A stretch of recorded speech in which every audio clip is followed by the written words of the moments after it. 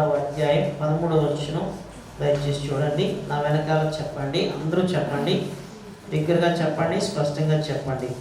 పరమగీత గ్రంథం 6వ అధ్యాయము 13వ వచనం.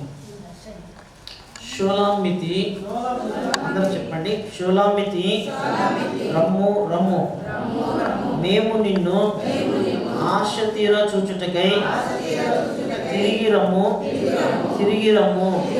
షోలామితి యందు మీకు ముచ్చట పుట్టించినదేది?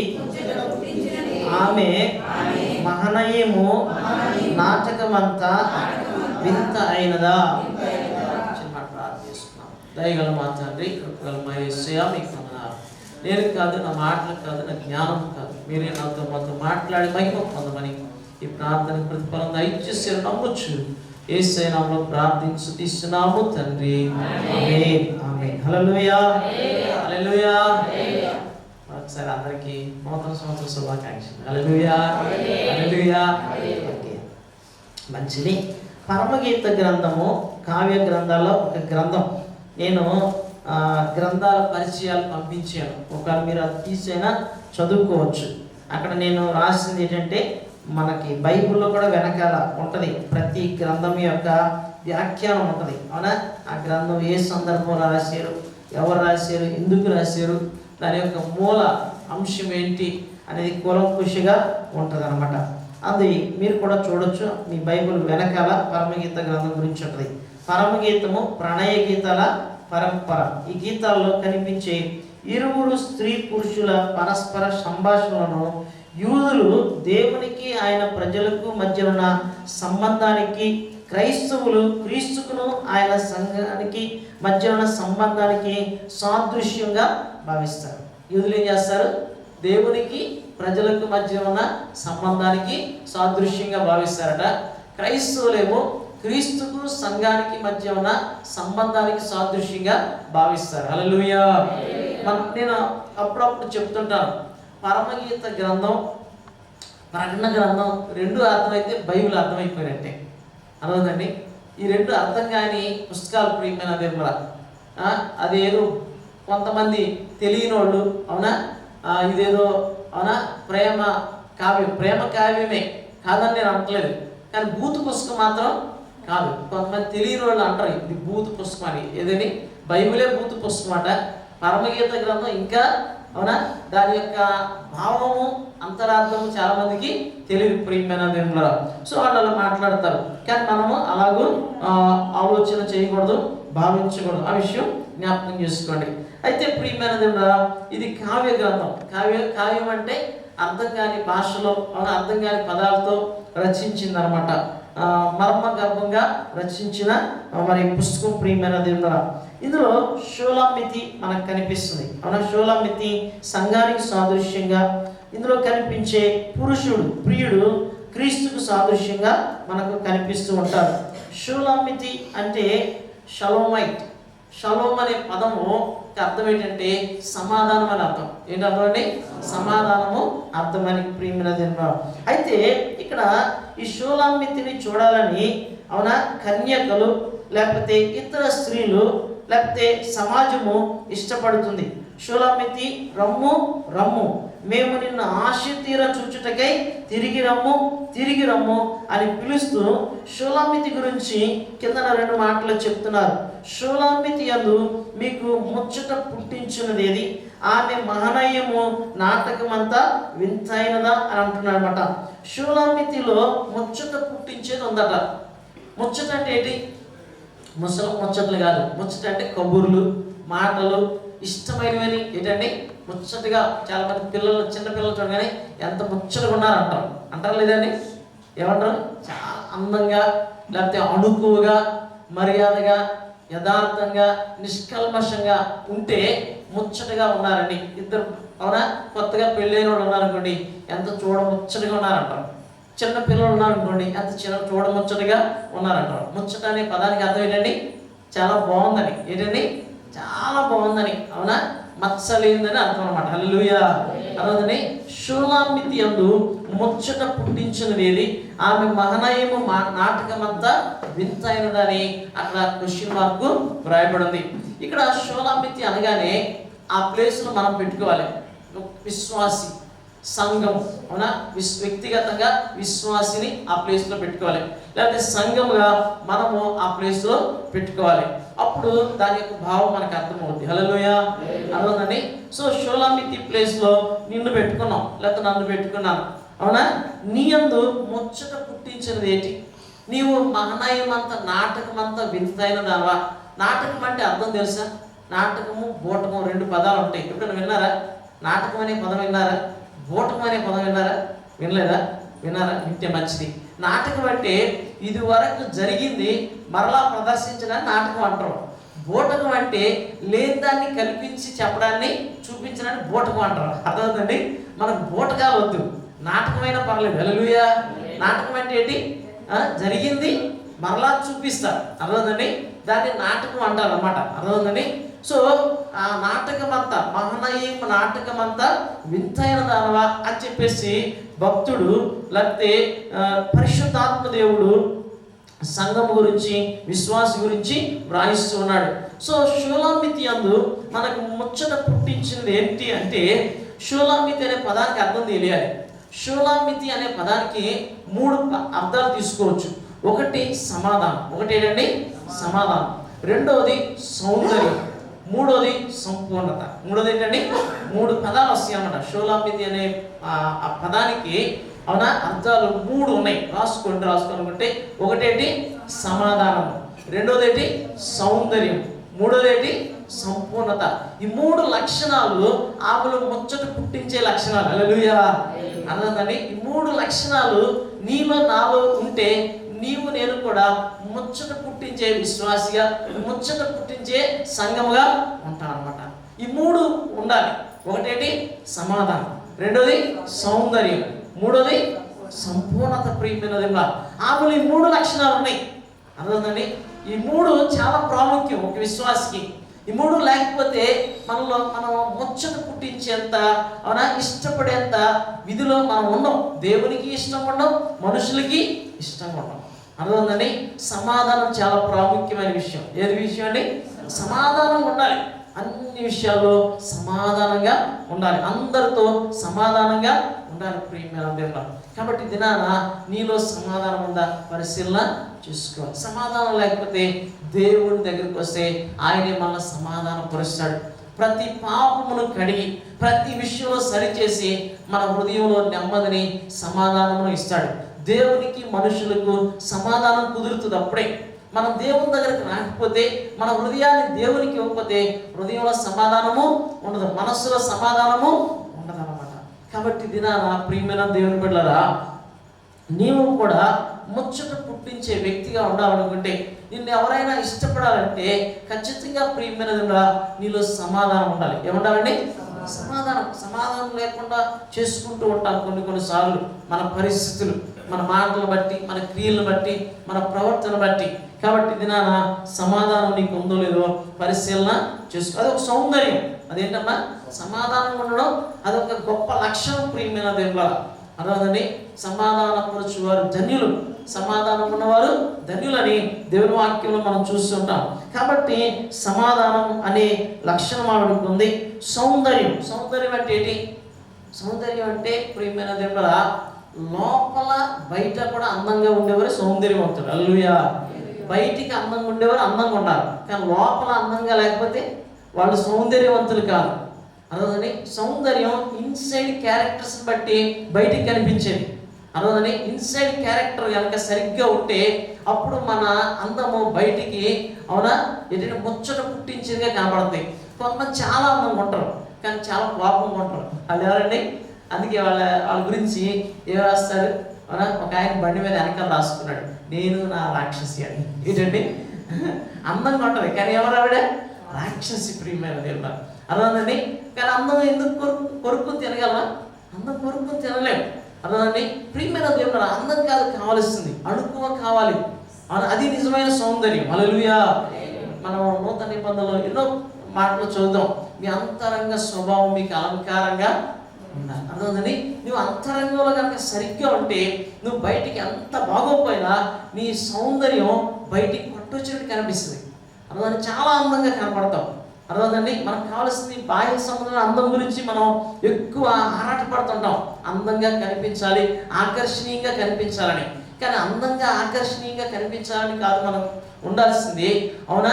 మన ప్రవర్తన సరిగ్గా ఉండాలని మనం చూసుకోవాలి. మనలో కనుక ఆ అణుకువ, ఆ తగ్గింపు, ఆ ప్రేమ, అవునా, ఆ యొక్క యథార్థత, ఆ నిర్మలత్వం ఉంటే తెలియకుండానే నువ్వు అందంగా ఉంటే అందం రెట్టింపు అయిపోతుంది. హల్లెలూయా. అందంగా లేకపోతే ఇంకా అందంగా కనిపిస్తుంది. హల్లెలూయా. అర్థమైందండి? ఏ కలర్ అనేది ముఖ్యం కాదు, ఏ షేప్ అనేది ముఖ్యం కాదు. నీ హృదయ సౌందర్యం చాలా ప్రాముఖ్యమైన విషయం. అర్థమైందండి? ఆ సౌందర్యం నీకుంటే ప్రియమైన దేవుడా, ఆ పరిశుద్ధత నీకుంటే ప్రియమైన దేవుడా, నీవు ముచ్చట పుట్టించే వ్యక్తి అన్నమాట. కానీ అది లేదు మనకి. అంతరంగ స్వభావం మాత్రం మనకి సరిగ్గా లేదు. బాహ్యానికి మాత్రం చాలా బాగా మంచి సెంట్ కొట్టుకుంటాం, మంచి పౌడర్ రాసుకుంటాం, అవునా, మంచి డ్రెస్ చేసుకుంటాం, మంచిగా డ్రెస్ అప్ అవుతూ ఉంటాం. కానీ అది ఎవరు చూస్తారు? మనుషులు చూస్తారు. దేవుణ్ణి ఏమైనా ఆకర్షించగలదా?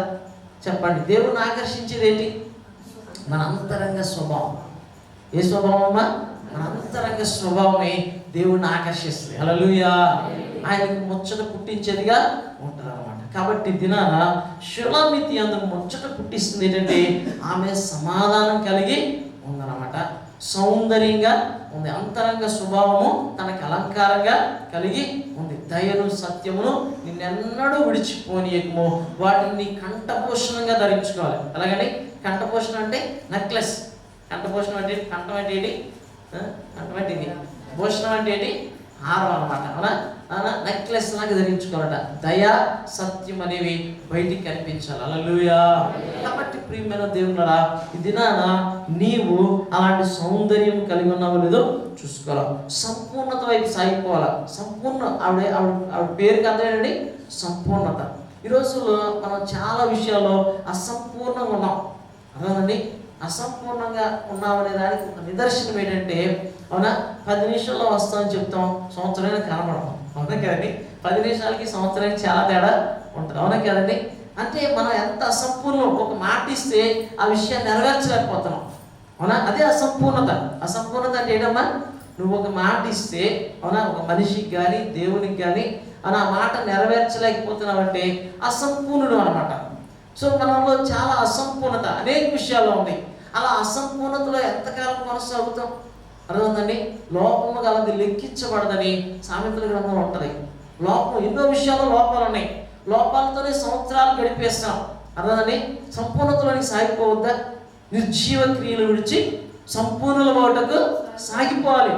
నిర్జీవ క్రియలు, అవునా, పనికి మాలిన పనులు, అవునా, చేయకుండా పనులు చేసుకుంటూ పోతూ ఉంటే మనం ఎన్ని సంవత్సరాలైనా ఎదగలేము.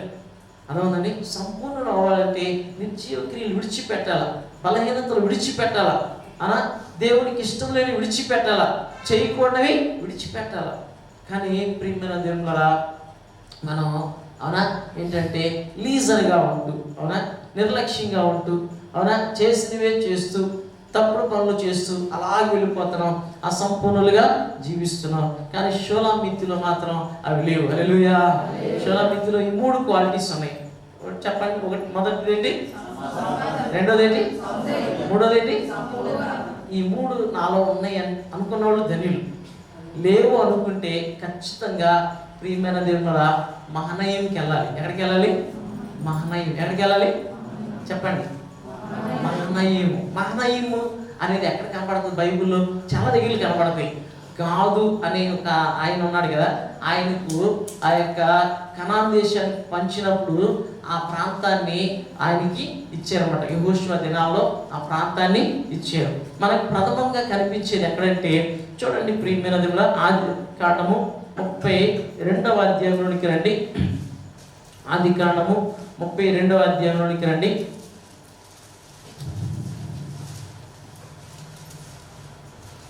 ఆది కాండం 32వ అధ్యాయం మొదటి 2 వచనాలు చదువుకున్నాం.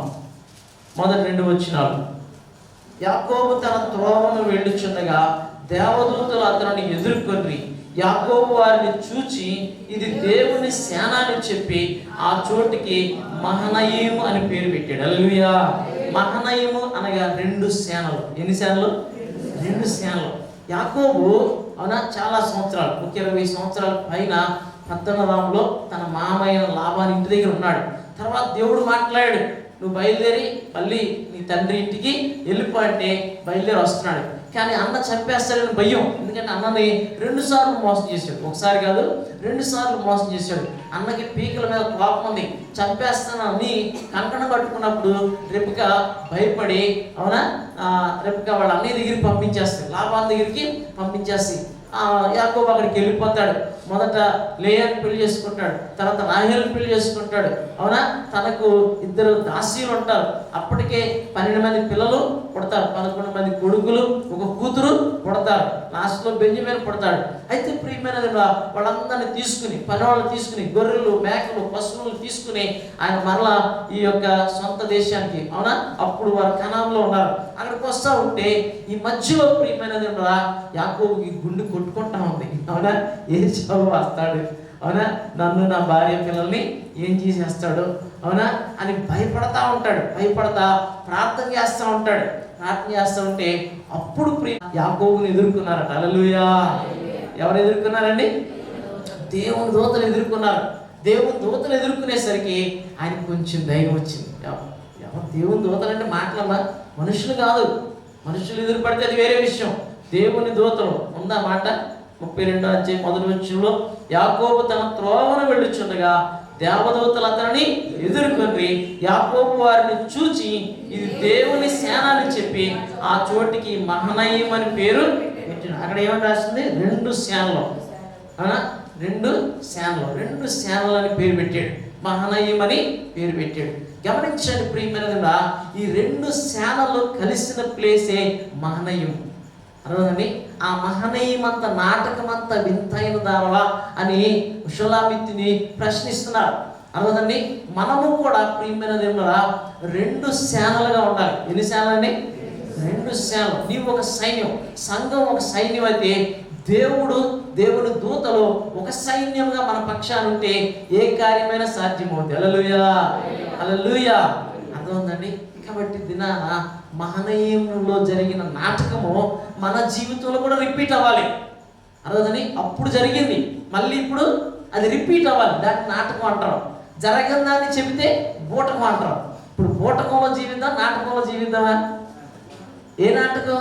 జరిగినది అవునా దేవుడు చేసిన అద్భుతం, భక్తుల జీవితాల్లో దేవుడు చేసిన అద్భుతము మరలా పునరావృతం అవ్వాలి. అవునా అబ్రహాం గారి జీవితంలో జరిగింది కావచ్చు, యాకోబు జీవితంలో జరిగింది కావచ్చు, ఇస్సాకు జీవితంలో జరిగింది కావచ్చు, యోసేపు జీవితంలో జరిగింది కావచ్చు, మోషే జీవితంలో జరిగింది కావచ్చు, దానియేలు జీవితంలో, దావీదు జీవితంలో జరిగింది కావచ్చు, లేకపోతే అపోస్తుల జీవితాల్లో జరిగింది కావచ్చు, అపోస్తుల సంఘాల్లో జరిగింది కావచ్చు. అది మరలా పునరావృతం అవ్వాలి. హల్లెలూయా.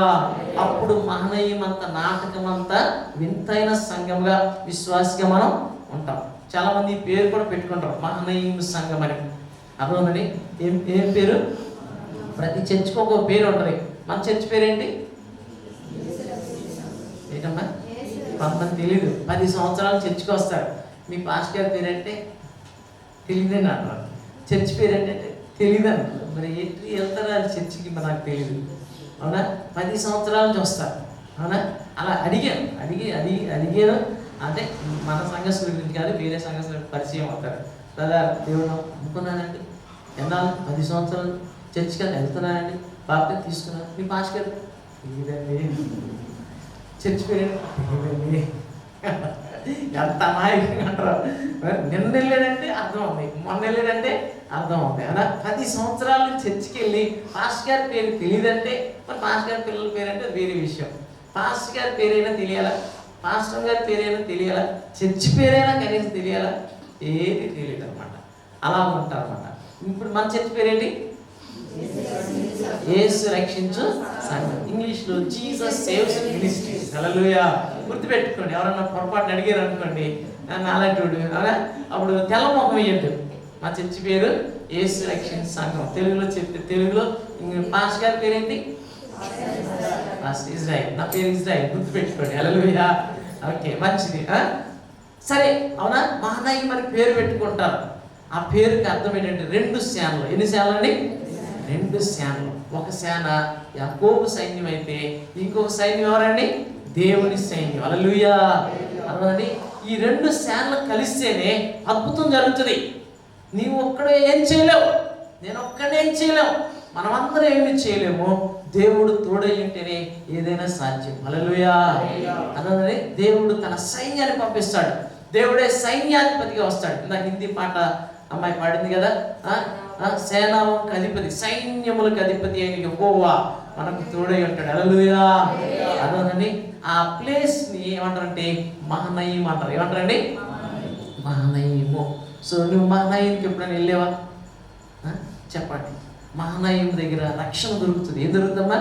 దేవుడు రక్షించాడు యాకోబుని అన్న అవునా యొక్క కుట్ర నుండి, ఆ కోపము నుండి, ఆ భయము నుండి యాకోబు రక్షణ వచ్చిందా లేదండి? అవునా, ఏసావు వచ్చి ఏం చేశాడు? ఏది చేయలేదు. అవునా, తమ్ముడు చూడగానే మెడ మీద పడి ముద్దు పెట్టుకుని కౌగిలించుకుని, అవునా, వీళ్ళందరూ ఎవరైనా అడిగి తీసుకుని ఇంటికి వెళ్ళాడు. అవునా, అదే కనుక దేవుడు తోడై ఉండకపోతే అన్న ఏం చేస్తాడు? చంపేస్తాడు. అవునా కదండి? సో అందుకని మనము కూడా మహనయీం నాటకంలాగా ఉండాలి. హల్లెలూయా. మన జీవితంలో మహనయీం నాటకం పునరావృతం అవ్వాలి. అప్పుడు జరిగింది ఇప్పుడు జరగాలి. మునుపు జరిగింది దేవుడు మరలా జరిగిస్తాడు. అర్థం? మన దేవుడు మారని దేవుడు. అవునా, ఆయనకి అసాధ్యమైంది లేదు. కానీ నువ్వే సరిగ్గా ప్రార్థన చేసుకోవట్లేదు. సరిగ్గా ప్రార్థన చేసుకుంటే దేవుని యొక్క కార్యాన్ని చూస్తావు. నువ్వు సరిగ్గా ప్రార్థన చేసుకోవట్లేదు కాబట్టి నీ జీవితంలో దేవుని కార్యం చూడలేకపోతావు. అర్థమవుతుందండి? మనం ఏం చేస్తుంటాం అంటే ఎవరో ప్రార్థన చేయాలని మనం వాళ్ళకి కానుకలు పంపిస్తుంటాం. అర్థమవుతుందండి? వాళ్ళకి కానుకలు పంపించడం కాదు, దేవుని సన్నిధిలో ప్రార్థన చేయి. పంపిస్తే తప్పేం లేదు. కానీ నువ్వు ప్రార్థన చేసుకోకపోతే ప్రయోజనం ఏమి లేదన్నమాట. మనం ఏం చేస్తాం? వాళ్ళకి లెటర్లు పంపిస్తుంటాం, ఏంటంటే మా గురించి ప్రార్థన చేయండి. తప్పేం లేదు, ఓకే పంపిస్తే పంపించు. కానీ ఏం చేయాలి? నువ్వు ప్రార్థన చేసుకోవాలి. స్థిమితంగా, స్థిరంగా, బుద్ధిగా, అవునా, పట్టుదలతో ప్రార్థన చేసుకుంటే అప్పుడు దేవుని సేన దిగిరవడం చూస్తావు. హల్లెలూయా. హల్లెలూయా. కాబట్టి ప్రియమైనదిరా, మహనయీము రక్షణ దొరికే ప్లేసు, సంరక్షణ దొరికే ప్లేస్ అని కూడా మనం గ్రహించవచ్చు. ఇంకో మాట చూద్దాం ఒకసారి. 2వ సమూయేలు గ్రంథంలోనికి రండి. 2వ సమూయేలు గ్రంథం 17వ అధ్యాయంలోనికి రండి. దావీదు దినాల్లో అబ్షలోము దావీదు మీద తిరుగుబాటు చేస్తాడు. తిరుగుబాటు చేసినప్పుడు దావీదు పట్టణం నుంచి పారిపోతాడు.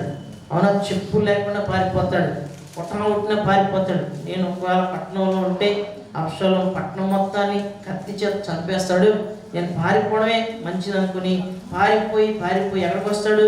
మహనయీంకి వస్తాడు. చూడండి 17వ అధ్యాయం 27వ వచనం.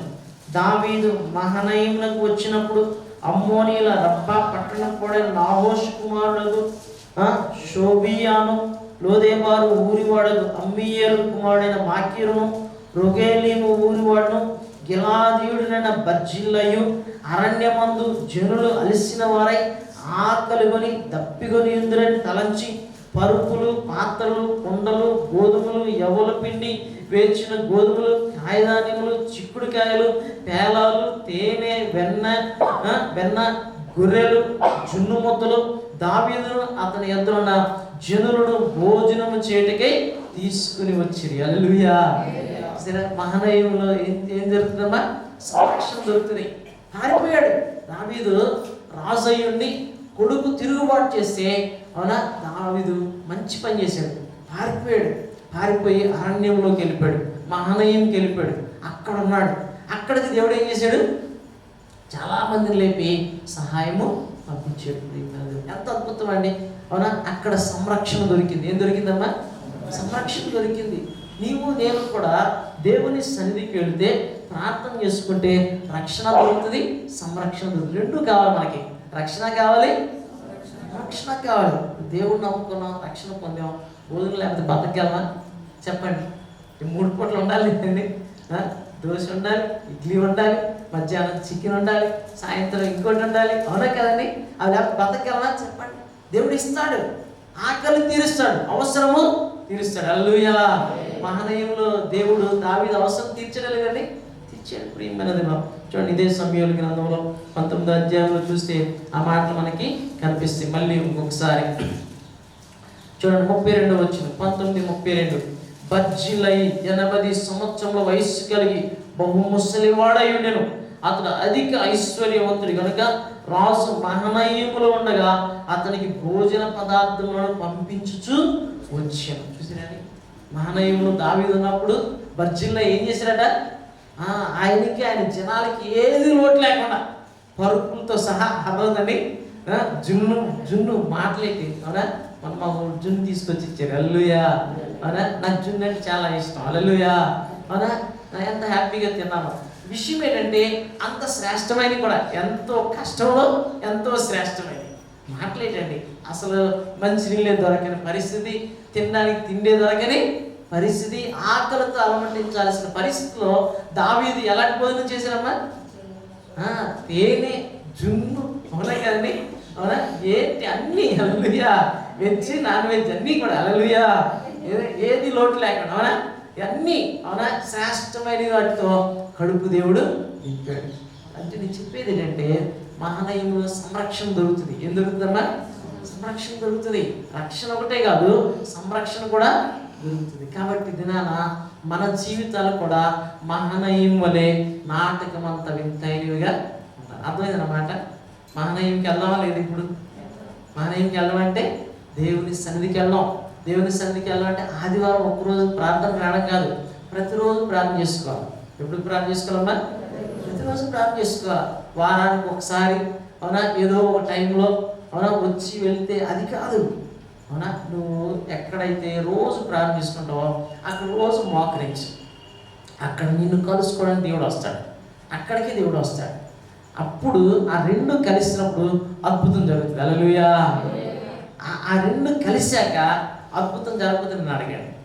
అర్థమండి, దేవుడిని కలవకుండా నువ్వు వెళ్ళిపోతున్నావు, దేవుడిని కలవకుండా ప్రార్థన చేసి ఆపేస్తున్నావు, దేవుడిని కలవకుండా వాక్యం చదివి ముగించేస్తున్నావు. అందుకే దేవుని కార్యం చూడలేకపోతున్నావు. అందుకే ఈ రోజు నుంచి నువ్వైనా నేనైనా సరే స్థిమితంగా ప్రార్థన చేసుకున్నావు. మహనయీంకి వెళ్దాం. హల్లెలూయా. మహనయీంలో దేవుడు కలుసుకుంటాడు. అవునా కదండి? అవునా, దేవుడు మాట్లాడతాడు, దేవుడు దర్శిస్తాడు, దేవుడు రక్షిస్తాడు, దేవుడు సంరక్షిస్తాడు, దేవుడు పోషిస్తాడు. ప్రియమైన దేవుడా, ఆయన విడిచిపెట్టే దేవుడు కానే కాదు. కాబట్టి మహనయీం అంత నాటకము, మహనయీంలో జరిగిన నాటకం మన జీవితంలో పునరావృతం అవ్వాలి. షూలామీతులో ముచ్చట పుట్టించింది ఏదైతే ఉందో అది మనలో కూడా ఉండాలి. షూలామీతులో ముచ్చట పుట్టించింది ఏంటమ్మా?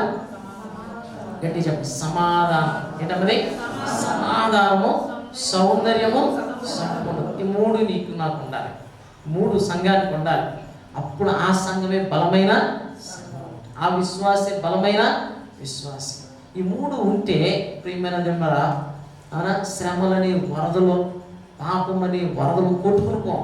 ఈ మూడు ఉన్నవాళ్ళు స్థిరంగా ఉంటారంటే వరద వచ్చి పోతే మనం మాత్రం అలాగే ఉంటాం. హల్లెలూయా. కదలకుండా ఉంటాం. ఎన్ని శ్రమలు వచ్చినా, ఎన్ని శోధనలు వచ్చినా పడిపోకుండా నిలబడి ఉండగా. కాబట్టి ప్రియమైన దేవుడా, షూలామీతి అందు ముచ్చట పుట్టించినది అవునా, నీలో ముచ్చటగా మూడు ఉన్నాయా లేవా పరిశీలన చేసుకో.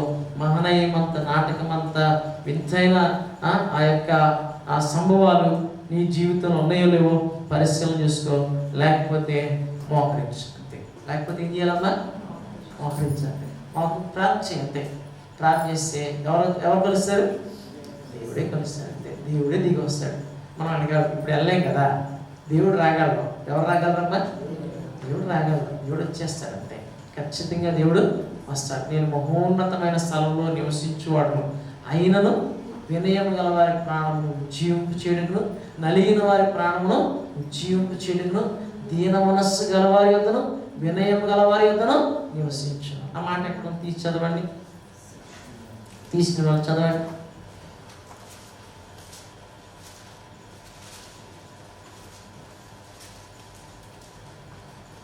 తీసారా? ఓకే, తీయకపోతే నాతో పాటు ఇంకా చెప్పండి. యెషయా గ్రంథం 57వ అధ్యాయం 15వ వచనం నాతో పాటు చెప్పండి. అందరూ చెప్పండి. ఈ పదం చెప్పుకొని మనం ముగించుకున్నాం. గట్టిగా చెప్పండి.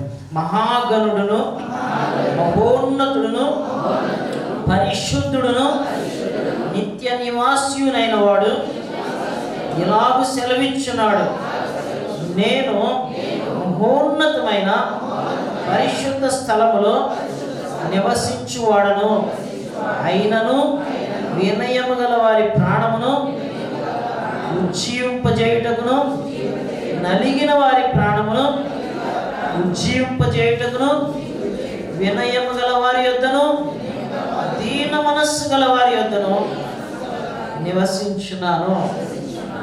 దేవుడు ఎక్కడున్నాడు అంటే, ఇదిగో వినయం గలవారు ఎక్కడుంటారు అక్కడ ఉంటాడు దేవుడు. అందరిళ్ళకి వెళ్ళాం. ఎక్కడికి వెళ్తాడమ్మా? వినయం. అవునా? ఇంకోటి ఏముంది? దీన మనస్సు. ఏంటమ్మా? వినయము దీన మనస్సు ఎవరికైతే ఉందో వాళ్ళ దగ్గరికి వస్తాడు. అవునా? కొన్నిసార్లు ఎవరినైనా అడ్రస్ అడిగితే ఎక్కడున్నారండి? కొన్ని రాజకీయ నాయకులు అవునా నిమిషానికి ఒక దగ్గర ఉంటారు. అవునా కదండి? సార్ ఎక్కడున్నారు? కలెక్టర్ గారు సార్ ఎక్కడున్నారంటే పలానా ఊర్లో ఉన్నారు, లేకపోతే పలానా స్కూల్లో ఉన్నారు, పలానా ఆఫీస్లో ఉన్నారు. అవునా కదండి? సో అలాగూ దేవుడు ఎక్కడున్నాడు అని అంటే, అవునా, ఉంటే పరలోకం ఉంటాడు, లేకపోతే ఎక్కడ ఉంటాడు? మా ఇంట్లో ఉంటాడని చెప్పగలమా? చెప్పాలి. హల్లెలూయా. అవునా? ఎందుకంటే వినయము దీన మనస్సు ఎవరిలో ఉంటుందో అక్కడికి వెళ్ళి ఉంటారు. వాళ్ళండి చాలా దీనులండి. అది వెళ్తే అక్కడికి ఇల్లు ఉండొచ్చు. ఒక ప్రభు మీరు అక్కడికి వెళ్ళండి, ఆయన కలుసుకోవచ్చు. హల్లెలూయా. ఏంటండి? వాళ్ళు చాలా దీన మనస్సు అండి వాళ్ళని. అవునా? వాళ్ళ దగ్గరికి వెళ్ళొచ్చు. బహుశా అక్కడికి వెళ్ళండి, మీరు అక్కడ కలుసుకోవచ్చు ప్రభుని. హల్లెలూయా. అలాగే చెప్పగలిగినట్టు ఉండాలి. అదవుతుందండి. ఎంత మంచి సాక్ష్యం అండి. మన పెద్ద పాస్టర్ గారు వాళ్ళు ఎక్కడ మద్దిలబాద్ దగ్గర ఉంటూ ఉండేవారు అనమాట. ఆ రోజుల్లో ఓన్లీ ఏమీ లేవు. ఎవరో ఒక ఆయన తెలిసిన ఆయన వైజాగ్లో కాంప్లెక్స్లో దిగారు. ఇసుక తోటలు ఉండేవారు అనమాట. అవునా? నేను ఇక్కడ క్రైస్తవులు ఎవరైనా ఉన్నారా వాళ్ళ ఇంటికి వెళ్ళాలంటే ఆ రిక్షావుడు డైరెక్ట్గా పాస్టర్ గారి ఇంటికి తీసుకొచ్చారట. హల్లెలూయా. ఆయన రావాల్సింది కూడా పాస్టర్ గారి ఇంటికే. ఎవరింటికి రావాలి? మన పెద్ద పాస్టర్ గారి ఇంటికి రావాలి. ఆయన అడిగింది ప్రభాకర్ గారిని అడగలేదు. అర్థవుందండి? లేకపోతే అప్పటికి ఆయన సేవ చేయట్లేదు, పాస్టర్ గారు డ్యూటీ చేస్తున్నారు. అవునా? క్రైస్తవులు ఇంటికి వెళ్ళాలండి అని అడిగాడట. ఏమడిగాడు? ఈ ఊర్లో ఎవరైతే క్రైస్తవులు ఆ ఇంటికి వెళ్ళాలని అంటే తీసుకెళ్తానండి. ఎవరింటికి తీసుకెళ్ళాడు? పెద్ద పాస్టర్ గారి ఇంటికి తీసుకెళ్ళాడు. ఆయన రావాల్సింది ఎవరింటికి? పాస్టర్ గారి ఇంటికి. ఎంత గొప్ప సాక్ష్యం అండి. సో అలాగూ మన సాక్ష్యం ఉందా? ఒకసారి పరిశీలన మనల్ని ఎవరు గుర్తిస్తున్నారు అలాగే?